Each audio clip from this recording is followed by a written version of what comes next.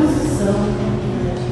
Que a criança vai lá para o ensino fundamental 2, do quinto ano para o sexto, é assim, aquele impacto que ele sofre.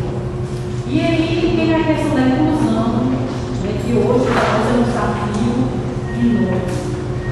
Tem a questão da diversidade que nós estamos enfrentando, né, crianças com N problemas sociais, psicológicos, e aí eu vivi assim de outra parede, né?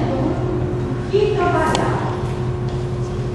Porque hoje eu sou fora de sala de aula, mas eu sou professora de sala de aula mesmo, né? Aproveitei essa oportunidade para crescer um pouquinho, porque é sempre bom, né? O professor, e eu sou a favor de ter essa rotatividade. O professor precisa sair de sala de aula e estar sempre em outros cargos, buscando outros horizontes, para quando você voltar para a sala de aula, você ter outra visão, né?